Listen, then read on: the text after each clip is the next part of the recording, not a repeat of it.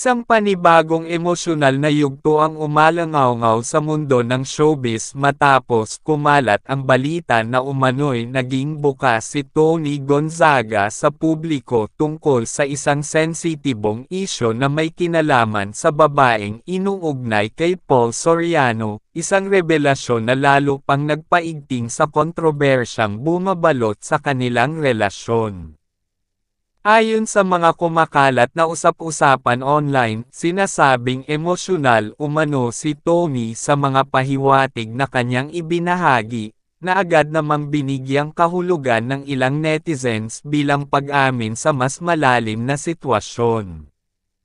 Isa sa mga pinag-uusapang detalye ay ang umano'y pagbubuntis ng babaeng nadadamay sa issue, isang bagay na, kung mapapatunayang totoo, ay magdadagdag ng matinding komplikasyon sa usapin. Para sa maraming taga-subaybay ng showbiz, ang ganitong balita ay hindi lamang basta intriga kundi isang napakasensitibong isyu na may direktang epekto sa emosyon at kapakanan ng mga taong sangkot.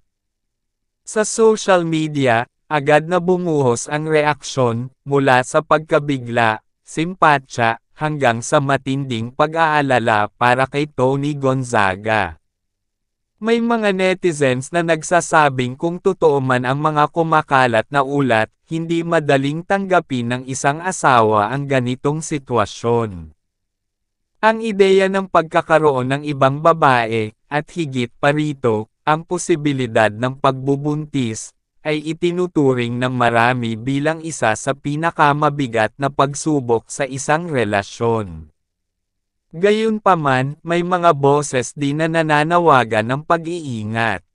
Ayon sa kanila, hanggang sa ngayon ay wala pang opisyal na kumpirmasyon mula kina Tony Gonzaga at Paul Soriano tungkol sa mga detalyeng ito.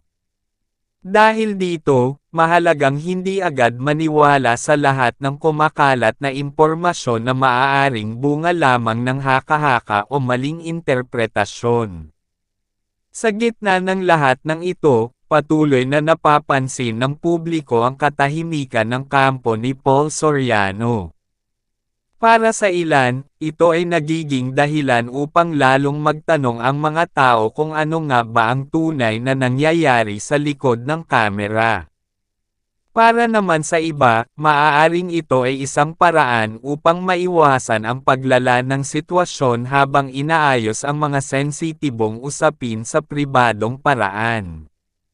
Samantala, hindi rin may kakaila ang patuloy na suporta na natatanggap ni Tony Gonzaga mula sa kanyang mga tagahanga.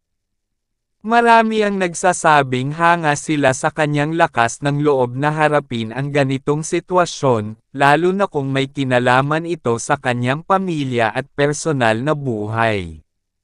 May ilang observers din ang nagsasabing ang isyung ito ay nagpapakita kung gaano kahirap ang maging isang public figure.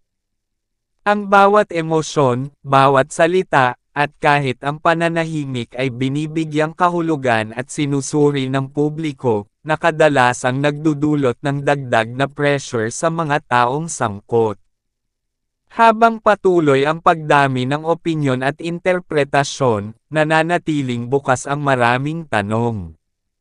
Totoo nga ba ang mga paratang? Ano ang magiging susunod na hakbang ng mag-asawa? At paano haharapin ng kanilang pamilya ang ganitong uri ng pagsubok? Sa ngayon, ang emosyonal na revelasyon na inuugnay kay Tony Gonzaga ay patuloy na nagbibigay ng lalim at bigat sa isang kwentong matagal nang sinusubaybayan ng publiko. Isang kwento ng pagmamahal, tiwala, at posibleng pagtataksil, na sa kabila ng lahat ay naghihintay pa rin ng malinaw na katotohanan mula sa mga taong tunay na nakakaalam ng buong pangyayari.